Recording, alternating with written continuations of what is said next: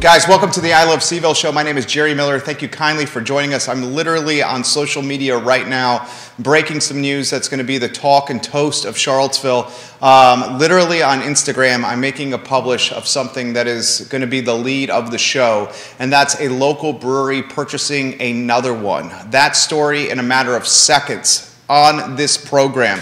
We will also highlight a listing that has been the talk and toast of this community, and that's the $1.3 million listing in Belmont for the Belmont Market, right in the heart of one of the most popular neighborhoods in this community, a neighborhood that undoubtedly over the last 20 years has seen massive gentrification.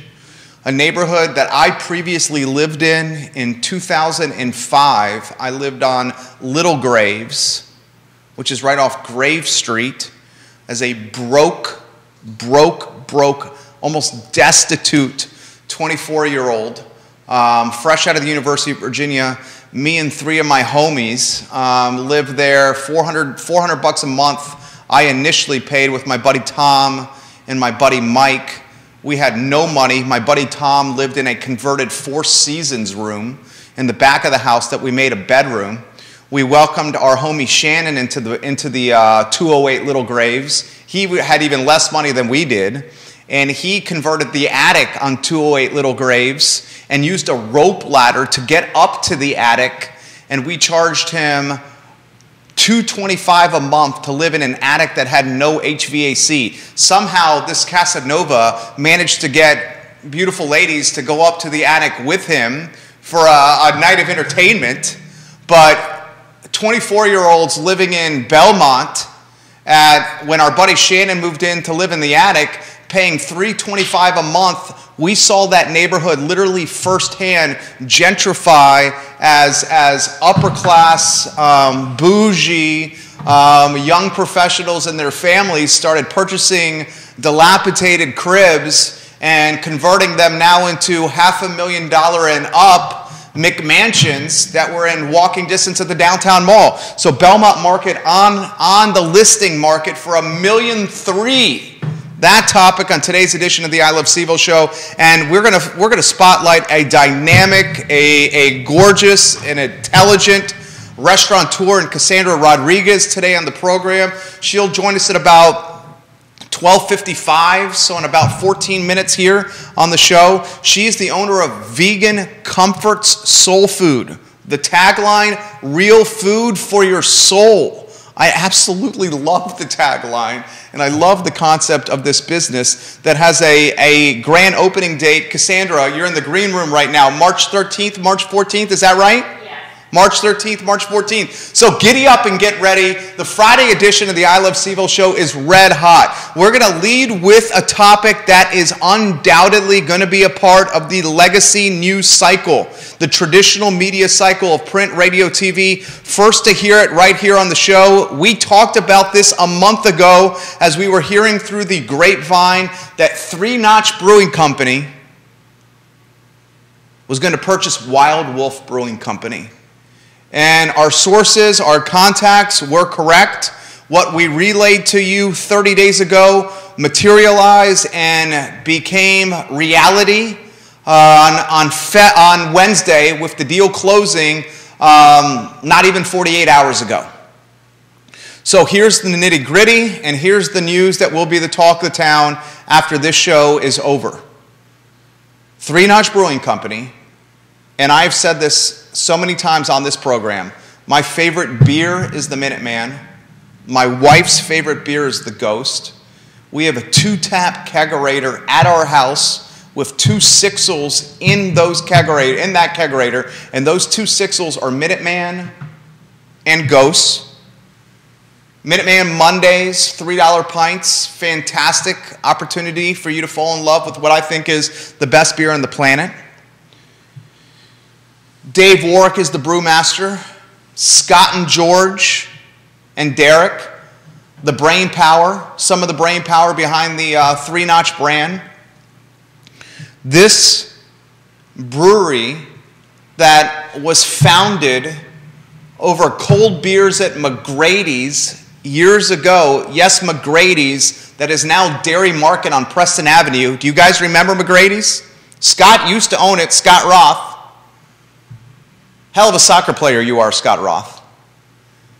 These guys, over cold beers at McGrady's Irish Pub on Preston Avenue,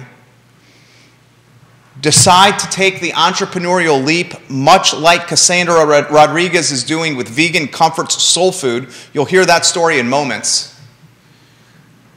3 dudes over cold beers at McGrady's say, let's open up a brewery. They do it on Preston Avenue in a tiny, tiny, tiny tap room and tiny production facility next to McGrady's Irish Pub on Preston. Through hard work, through sweat equity, through grinding, through hustle, through chutzpah, through vision, through having some big-ass balls and cojones, these guys took an idea from an Irish pub and have turned it into a brand that is beloved not only in Charlottesville, not only in Central Virginia, but a brand that's beloved in much of the Mid-Atlantic and certainly across the Commonwealth. 3 Notch Brewing Company, its flagship headquarters, the Craft Kitchen in Ix Park, crushes it. I mean, they crush it. They have the fortunate nature, and by fortunate, they put the effort into picking the spot and then remodeling the spot, but they are in a great position that their flagship headquarters, the Craft Kitchen at Ix, is ginormous. Seating everywhere, often populated and popular during brunch and lunch, happy hour and dinner. It's not even the fantastic beer, but it's the amazing food. It's the sports bar and TV viewing all over the facility, and it's just a staff that is A+, that's often led by General Manager Justin Butler. Purchasing Wild Wolf Brewing Company, 3 Notch, and these guys making this move further showcases their affinity for risk, strategic risk. I think it's a smart move, but risk nevertheless. They're going to close Wild Wolf. It shows you the cash position that this brand and business has. That they're going to close Wild Wolf, a building and a business they just dumped buku money into, for 7 to 8 months to remodel it. 7 to 8 months of having no revenue after just making a cash-rich, extensive purchase. 7 to 8 months of keeping the doors closed so they can make the headquarters, their new headquarters, up to par and up to speed of what they want. Now, what can we expect? I mentioned this on the show about a month ago. What can we expect from the new 3 Notch at Wild Wolf on 150 Fun, aka 151 in Nelson County? Well, what I'm hearing is it's going to be as much about the beer and as much about the food as it is going to be about a distillery. Distillery, yes, liquor. It is no secret that craft beer is a saturated and competitive marketplace. When Deschutes Brewing Company from Bend, Oregon goes to Roanoke, Virginia 7, 8, 9 years ago to open up an East Coast headquarters, and when Deschutes earlier this year decides to say, no dog, we're not going to open this East Coast facility in Roanoke anymore, the marketplace is entirely too competitive, we're going to cut our losses and get the hell out of the Commonwealth, because craft beer is now saturated from a space standpoint, from a business standpoint, and craft beer is much more about local craft beer than national brands trying to fake it with local tap rooms and local markets. So Deschutes pieced out, or Roanoke. And that's an indication of how hotly contested disposable income is in the craft beer sector. Furthermore, you know what millennials and younger are drinking these days? Pains me to even say what I'm about to say here. They're drinking seltzers. They're drinking White Claws. They're drinking low-carb, low-cal seltzers. Seltzers are undoubtedly eroding market share from craft beer. So what do you got to do if you're a beer baron or beer barons like Scott and George and Derek and Dave? You got to diversify. You got to diversify revenue streams. You got to take your eggs out of one basket, damn good beer, and you got to find other eggs to put in that basket. And you do that by doing food, beer, distillery, liquor, tasting rooms, distribution, merchandise. And the true value proposition of Wild Wolf, folks, is the experiential component of this facility. What does the craft kitchen in Ix, what does their tap room in Roanoke, what do their tap rooms in other municipalities and jurisdictions in the Commonwealth lack? Well, they lack the experiential component of land associated with land, live music, and festivals. Think about Devil's Backbone Brewing Company, now owned by essentially Anheuser-Busch. Devil's Backbone is as much about the 8-point IPA as it is about music festivals, running races, 5Ks, oyster and seafood festivals, base camp, lodging facilities on site. Devil's Backbone, because of its cash-rich parent company, Anheuser-Busch, has the economic means to diversify its brand and not solely rely upon craft beer as the source of revenue. Devil's Backbone is an omni-experiential beer experience. You may go for the beer, you may go for the festival, you may go for the food, you may go for the live music. But once you go there for the seafood, the food, the live music, the 5K, the craft beer, the lodging, you start getting a flavor or a taste of the other aspects of the business, and that keeps you coming back for more. So these beer barons, George, you're a hell of a squash player, George. Let's get on the squash court together, George. These beer barons, George, Scott, Derek, and Dave, are going to create a model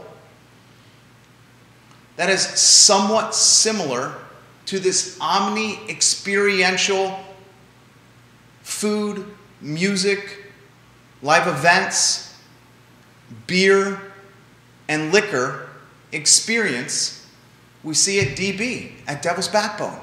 And you know what? It's dynamite. It's brilliant. It is just a bona fide, badass idea. It is bona fide. It's a concept that appeals to not just beer fans like me and my wife. It's a concept that can appeal to health conscious, liquor conscious, live music conscious, food conscious,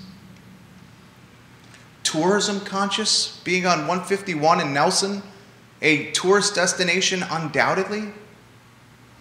And think about the crossover the cross-pollination effect. You go to a tap room that Three Notch has in Richmond, a tap room that Three Notch has in the Shenandoah Valley, a tap room that Three Notch has in Roanoke, and their newest tap room that they have in Virginia Beach, or their current headquarters at Ix Park. All these locations can be evangelists and points of marketing for the soon-to-come 150 Fun location. You cross-pollinate the customer base. You're creating marketing economies of scale. And perhaps, and certainly not lost to me, these beer barons are gaining more control of their fate and destiny. Ludwig Kutner and Alan Kajin own Ix Park. These dudes, as first reported on this very network, Alan Kajin and Ludwig Kutner are trying to sell Ix Park. And they're asking, I'm calling it up literally as I speak here. I'm looking at the listing. You know how much these dudes want for Ix Park? $84 million. $84 freaking million for Ix Park. $4,806,757 per acre, 17.47 acres. So Ludwig and Alan, who are no longer spring chickens, these guys are getting up there in age, are looking to piece out on some of their real estate holdings. And they're asking 84 mil. And it's no coincidence they're asking 84 mil right as the upzoning potential is coming down the pipe in a 10.2 square mile city we call Charlottesville that is landlocked, no longer affordable from a housing standpoint, and has little developmental area to build new rooftops and homes. I want you to think of CVille, the city of Charlottesville. It's 10.2 square miles. Where can you build more houses in Charlottesville right now? And compare and contrast where you can build more houses in Charlottesville, which is very few places, to 17.47 acres on right off the downtown mall. This is the most coveted piece of property in the city from a development standpoint. Do I think it's going to sell for $84 million? No. Do I think it's going to sell in the 60s potentially? Yes. Do Ludwig and Alan, who are at the back end of their life, are they looking to piece out of this 17.47 acre investment? Probably so. So if you're the beer barons, George and Scott and Derek and Dave, you better secure a piece of property that's not associated with the potential $84 million deal in downtown Charlottesville. And that's exactly what they've done. Close Wednesday the deal. I think these guys are smart. I think these guys have an affinity for risk that most do not. I think these guys are creating a density, destiny for themselves. Most of us allow fate and destiny to determine what our life is going to do. Successful people tell destiny and fate, you listen to me. I'm going to determine what we're going to do with my life and my future. And that's what these beer barons are doing. That's breaking news you will see everywhere in the traditional media cycle over the next 24 hours to 48 hours that you heard here first on the I Love CVille Network. Props and kudos to George and Derek and Scott and Dave. This is a bona fide deal, Wild Wolf. Think concerts, think running, 5K races, think food, think liquor, think craft beer, and think omni-experiential beer brand. Next topic, before we get to the dynamic Casandra Rodriguez, the soon-to-be grand opening embarking Casandra Rodriguez and her brand Vegan Comforts Soul Food. The next topic is a listing that we first relay to you on this very network, the I Love CVille Network, and it's the Belmont Market. $1,299,999 is the asking price. In my world, that's $1.3 million. $1,299,999. The Belmont Market across from Junction. Adam Frazier, I hope you open Junction Restaurant again. I miss Junction Restaurant. My wife and I hosted our rehearsal dinner there. We were the first to ever do a rehearsal at Junction Restaurant, and we are nostalgic of incredible food and great times and experiences at Junction. Belmont Market for $1.3 million asking. You got 3,092 square feet. You got 3 bedrooms, 2 baths. This crib is 102 years old. It was built in 1920. 0.15 acres. Now, I hate to say this because, as I mentioned on Real Talk earlier this morning, and Casandra, you're going to be on this program in about 90 to 120 seconds here. I used to live at 208 Little Graves when I was fresh out of UVA. I lived on Little Graves at 208 with my homie Tom, my homie Mike, and my homie Shannon. My homie Shannon, Tom, Mike, and I were dead broke dudes. Dead broke dudes. We lived in a 2-bedroom house, 4 of us. We converted a 4 Seasons room into a bedroom, and my homie Shannon literally climbed a rope ladder to the attic, where we converted an attic that had no air condition into a bedroom for him, and he paid $225 a month for it. My homie Tom, my homie Mike, and I, we each paid $325, so 100 Bs, a C note more than Shannon. And we lived there because we were close to the downtown mall, and when you're in your early 20s, what you want to do is you want to be close to what's moving and shaking. And that was the nightlife on the downtown mall and everything fun and exciting and troublemaking that goes with it, especially in your early and mid-20s. We would routinely patronize the Belmont Market. We'd buy 12 packs or suitcases of beer. The suitcase, also known as a case or 24 pack. All we could afford was Bud Light or Natural Light. We'd walk it from the Belmont Market to Little Graves on that dirt road, alley cut-through road that only folks on Graves and Little Graves and Belmontonians know. And we'd get after it at 208. We'd have friends over and get after it. And the sentimentalist in me is going to forever miss the Belmont Market because it was the source of so many cold beer purchases that led to crazy nights, fun nights, memorable nights. But this piece of property has tremendous zoning potential. And as Wild Bill McKenzie has told us, you can go 5 stories on that property. And as the city of Charlottesville is considering a future land use map, FLUM, and the upzoning that comes with the density that comes with upzoning, someone is going to buy this Belmont Market and either knock it down or completely convert it into apartments and condos. And people will walk from this spot to Tavola, to the local, to Bell, into the downtown mall.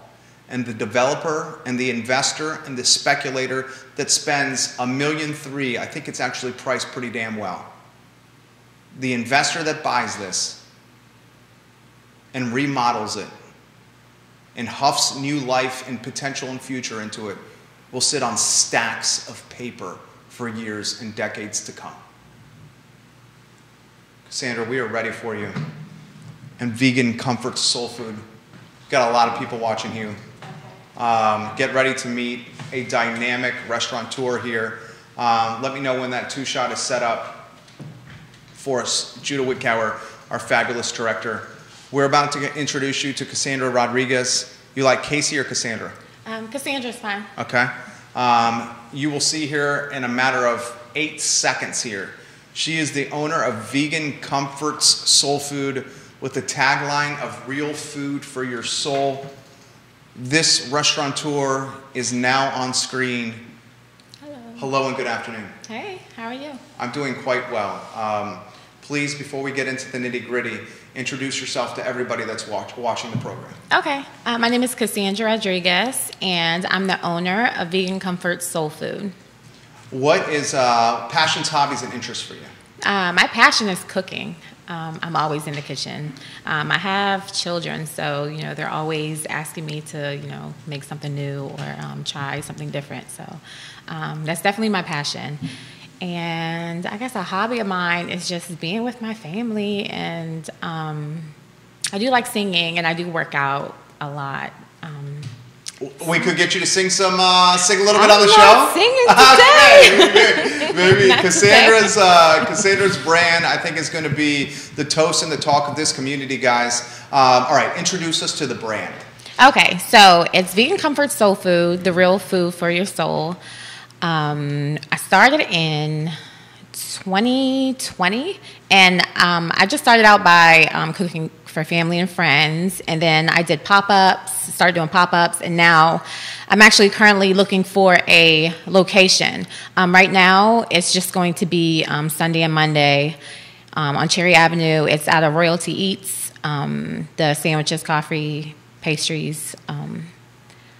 So yeah. Fantastic. So what? Here's the question we've had, because we've been hyping and promoting you all week long. All right. Okay. So one of the questions we have is, and explain this to everybody that's watching.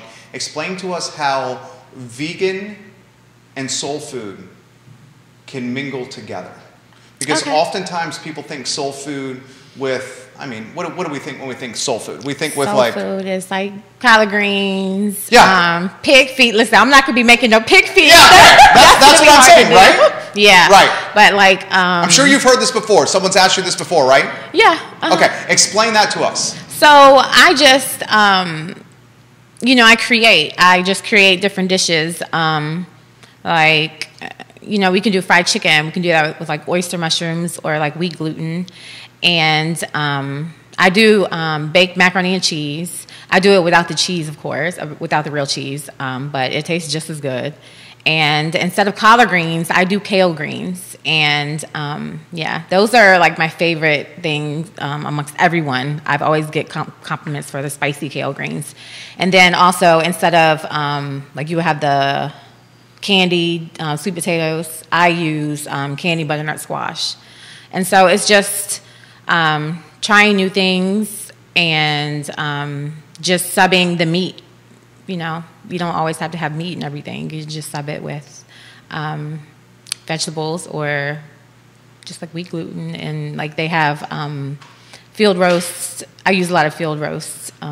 It's like, the meat, not real meat, but, meat texture, I guess. How did you find, how did you first start embracing the vegan lifestyle and the vegan diet?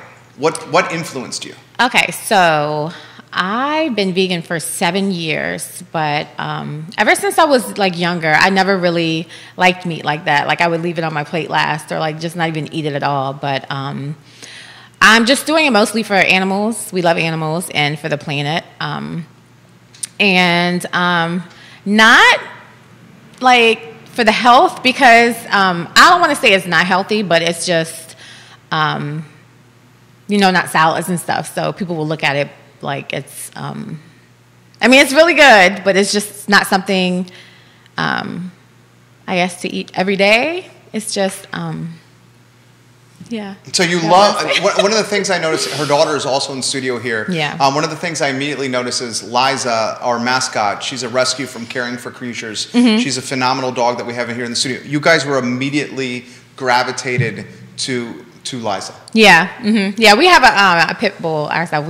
His name is Seven. Okay. So yeah, we love animals. Mm-hmm. So one of the inspirations for the business is your love for animals. Now, what can we expect with Vegan Comforts Soul Food? Give us a snapshot of the menu. The menu. Okay, so we have a brunch menu right now, and it's homemade buttermilk biscuits and Slowpoke Rodriguez is one of my favorites on the menu. Slowpoke Rodriguez? Slowpoke Rodriguez. I love that. Yeah, because my last name is Rodriguez, Right. my dad's. So that's chorizo. It's eggs. It's just eggless is the brand we used, and then salsa mixed in. And then we add some feta on top.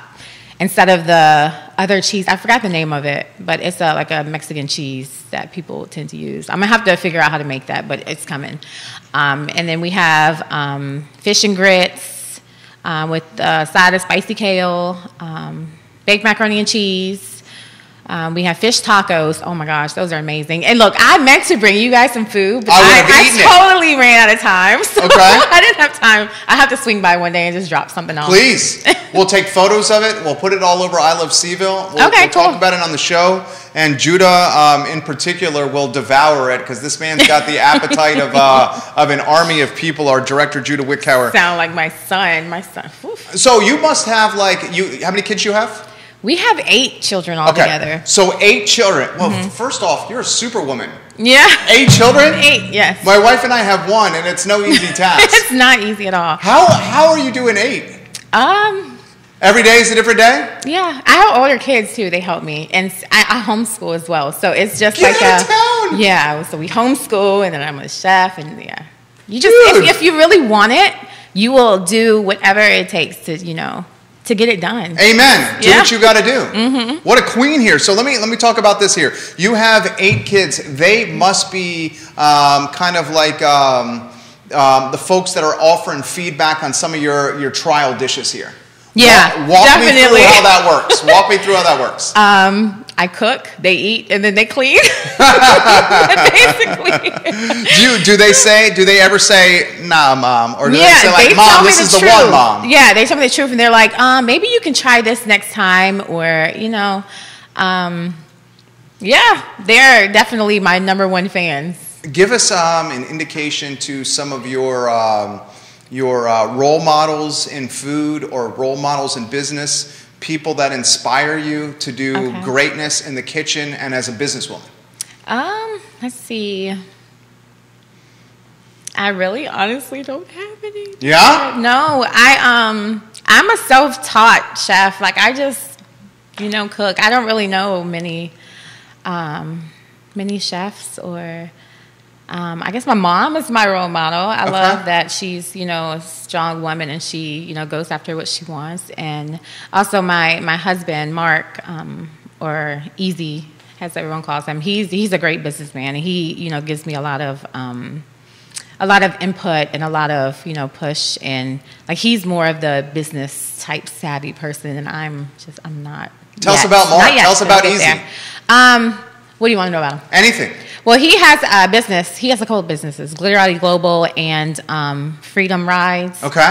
And, yeah, he's just very intelligent, like, with business and, getting, his brand out there and stuff. So I'm kind of, like, following his lead, and he's helping me. We're helping each other, so. Awesome. Will you let Mark know? We're happy to spotlight him on the show anytime he wants in his businesses. How about this question? Okay. 8 kids, you an aspiring and now real life entrepreneur and businesswoman, and do you think about the role model you are for them and how you are showing them through hard work, through risk taking, of how you could be, how they can do anything they want if they put their mind to it? Oh, yeah, definitely. Yeah, my daughter and, my other children, they actually help out. Like, when I used to do pop-ups, I have one of them, making the plates, and one of them taking the orders and, ringing it up. So it's giving them a lot of, entrepreneurial Experience. There you go, yeah. Yeah, no doubt. So what are we thinking as far as grand opening is right around the corner? Tell us what we can expect. So the grand opening is March 13th and 14th. That's the Sunday and a Monday. And I am hoping that everything goes as planned because I had to push the date back already, like 2 weeks. Why so? Let us know why. And it was because the refrigeration unit, it broke where I was going to cook Royalty Eats. At Royalty Eats, yes. It broke. And so now she's trying to get that situated. So it's really out of my hands. And I'm just hoping that, she gets it taken care of, because I know it's not easy, and it's really stressful. So she's come on the show. GoFundMe, I believe, is happening. Did you guys tip past the GoFundMe? Did she tip past it? She did. Mm-hmm. Yeah. Okay, fantastic. How about this question? Charlottesville and in Central Virginia, I think you're opening your restaurant at like the best time possible. Yeah, good. I think this community is, and we highlighted one last Friday in Botanical. Yeah, which I know you're can't wait excited to try it. I was hoping it was like today, but I think it's tomorrow. It's tomorrow. The opening. It's I was tomorrow. going to walk down there. Yeah. But. Ryan Becklin, and I know Ryan Becklin is excited to support and try. She said your restaurant as well. Yeah. So I think this community is so pumped and excited for vegan centric and focused cuisine. What is some of the talk, the chatter you've heard around the community? And give him a smile here. You look fantastic here. Judah's taking photos of Casandra as we speak. What is some of the chatter you're hearing from the community about? We need this. We need this. Relay that to us. They're just telling me how there's been a gap with I guess just soul food and just comfort food, and so I'm bridging the gap, basically, and just people are really excited. They were disappointed, of course, that I had to postpone it, but they understood, and they're just waiting, and I'm ready. So, what do you think is going to be the most popular dish? I think it's the tacos, and the Smith is one of the sandwiches, and also the slow cook Rodriguez. But also for Monday, I haven't put the menu out yet, but it's going to be just like different plates, like a soul food plate or like an abundance bowl. It's like a little bit of everything, to try. And then just like a Italian plate, like I'll make, Italian food. And we have one called the baby shower plate, but it's basically like meatballs and like wingdings, potato salad, macaroni and cheese. It's just like different, types of bowls, and like a taco plate, stuff like that. Yeah. I am so pumped for this. I am absolutely so pumped for what you're doing. I'm so pumped for your brand and your business. I think the community is going to rally around you. I think you're going to have a line out the door. I think you're going to have a ton of repeat customers. Give us this. What gets you super excited about launching and opening a business? And what scares the you-know-what out of you about launching? Okay, about launching. So I'm like basically the only cook. So I'm just hoping like I don't get too overwhelmed. But I'm ready for anything. Like I'm just ready. It's go time. Okay. Time for me to open. Excited about this business. Exciting. Yeah. What makes you excited? Just being, the first actual vegan soul food restaurant in, the town. Just being able to serve the community and, give them what they've been missing. So that is making me really excited. I'm just ready to go. What restaurants in this community do you love? We love Voo Noodles. Okay. Yeah, we go there all the time, me and my daughter. Yeah. We're like regulars there. Julie at Voo Noodles? Yeah. I attempted to make pho, and I'm just like, we're going to keep it. So we're just going to let Voo Noodles do their thing. Yeah? Yeah. All right. How about your kids, and how they're responding to this? How pumped are they? And give us an anecdote or a story of like them being so pumped for what you're about to do, and relay it to everybody that's watching. Well, they're really excited for me, and we actually went to look at oh no, that's too much information. No, okay, we went to look at a space the other day, and they were just like running around. And can I ask where the space was? No. Come on now. Not yet, because I don't want to put any bad juju out there. Okay, yet. totally get that. Yeah. Okay, it's going to come to you here. So is the plan, and you don't have to give us the exact details of where, but is the plan a permanent location for you guys? Yes. Okay. And then what can we think about hours and days opening? So hours, I'm not sure, because right now it's only Sunday and Monday, just because how much I have going on with homeschooling and all that. But the permanent location would be to go only. It's like a little area that they'll be able to eat in. But let's see. I know we'll be closed Saturday, so just hope for every other day except for Saturday. Okay. So fantastic. Yeah. We wish you the best of luck. Anytime you want to feed this man and his voracious appetite. We undoubtedly will showcase your cuisine on I Love CVille. Any closing messages that you want to get out to everybody that's watching? I mean, I guess I can say just if you have something that you're really passionate about and something that, really inspires you, just go for it. Never give up. Just keep following your dream, man, your journey, your path, because if that's your passion, that is what you're meant to do. So just keep at it. Don't give up. You were awesome. You were awesome.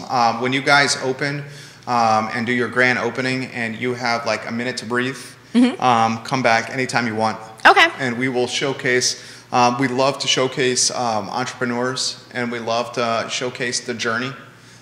Because not only do I find it inspiring for what I'm trying to do with our journey as an entrepreneur and business owner, but I think many in the community also find it inspiring to hear kind of like the trials and the tribulations of like going down this road, because it's not easy. It's not. It's been a journey. Yeah? How long? Well, it's been since 2020. Just like the pop-ups, it's a lot of work. It's more work than I think people realize. Right? Because I was doing most of my pop-ups in Richmond. So I would have to drive an hour, sometimes an hour and a half away and set up. And then I would take everything down. And then, yeah. But all my events were sold out. Like I sold out every single time I have an event. So amazing. Yeah. Amazing. How can people follow you, find out about the brand, get an idea about the menu, all that? Okay, so it's vegancomfortsoulfood.com is my website, and then Vegan Comfort Soul Food on Facebook and on IG. Fantastic. We wish you the best of luck, and Casandra, we cannot wait to chat with you again. Thank you so much for the time. Thank you. Yeah, absolutely. Judah, if you want to go to the one shot here and let me know we're on the one. Thank you. Vegan Comfort Soul Food, guys. Support the brand and the business and the entrepreneur and the fabulous family behind this business. Real food for your soul. Vegan Comfort Soul Food, with a grand opening right around the corner. So a couple of topics that people are itching for me to cover here on the show. Obviously, we started the show with some significant breaking news with the official deal closing of Wild Wolf and Three Notch purchasing Wild Wolf Brewing Company. Folks are also asking for some commentary and more analysis on the Belmont market listing that hit the market today at $1.3 million. A lot of people are saying on the feed right now, and we have 5 states on the show, literally as we speak, that the $1.3 million for Belmont market, 102-year-old structure, is outlandish and not priced correctly. And I say, in the words of Lee Corso of College Game Day, not so fast, my friends. Take care. Have a good one, guys. The $1.3 million is about the potential of the property and the fact that when upzoning becomes a reality, and insiders in this community, including the president of the Free Enterprise Forum, Neil Williamson, the king of content, Neil Williamson, he believes, and he said on a microphone on this set, in front of these cameras, that City Council will approve the upzoning before end of year 2023. So we're a year, less than 2 years, somewhere between 1 and 2 away from pieces of property in the city of Charlottesville having significant upzoning potential. Now, I want to offer a little background here. The city of Charlottesville is 10.2 square miles. Right now, 53% of the city of Charlottesville is zoned R1. R1 zoning is single-family detached homes. So more than half the housing stock in the city of Charlottesville are single-family detached cribs. This new upzoning that is going to materialize and come to fruition in the eyes of Neil Williamson before end of calendar 2023 will allow single-family detached homes to be pivoted, converted, transitioned into more dense housing stock. So instead of a single family in one home, that home or the plot of land that is home to the house, it can be transitioned into a duplex, potentially, a quadplex, potentially. It could potentially have an ADU, auxiliary dwelling unit, or cottage in the backyard, a granny flat in the basement, or for some deep-pocketed investors, they may purchase properties, knock them down, and build apartments or condos on them for the back-end cash flow potential. That's Belmont Market. Belmont Market, when this upzoning happens, I hate to say it, it's probably not going to be a spot where you can buy some Camels, some Marlboros, some Natural Light, some Bud Heavies, some Cool Ranch Doritos, some barbecue Fritos, some Wingdings, a couple of Ho-Hos, while sitting in front of a gambling machine pumping single-dollar bills with the slim chance you may get a little bit more in return. The future of Belmont Market is 5 stories of apartments or condos. That's why the $1.3 million asking price. You buy it, you build on top of it, or you knock it down. You go through the hardship and heartache of permitting and remodeling and construction.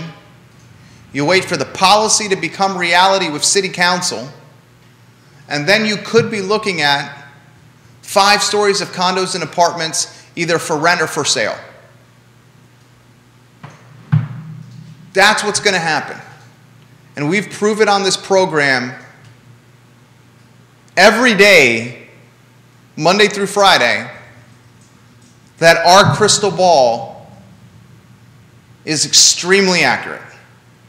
And our crystal ball predictions are associated with what the hedge fund guys call edge. And what edge is insider knowledge. A month ago on this network, we let you know that 3 Notch was going to purchase Wild Wolf. The deal materialized not even 48 hours ago. And these beer barons behind 3 Notch are going to crush it with this purchase. It is going to be a locally owned version of what you will see down the road with Devil's Backbone.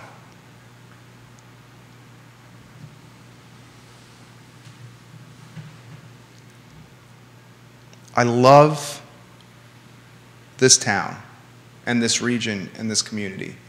And I love the risk takers and the entrepreneurs that put it all on the line to pursue a dream and a vision and a hope and try to make it a tangible reality.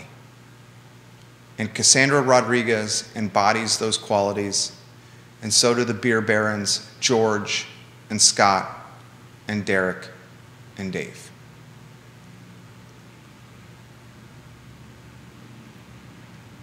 I hope you enjoyed this program as much as we enjoyed hosting, producing, and delivering it to you. This show is all about the best of Charlottesville and Central Virginia. My name is Jerry Miller, and you guys have a good weekend.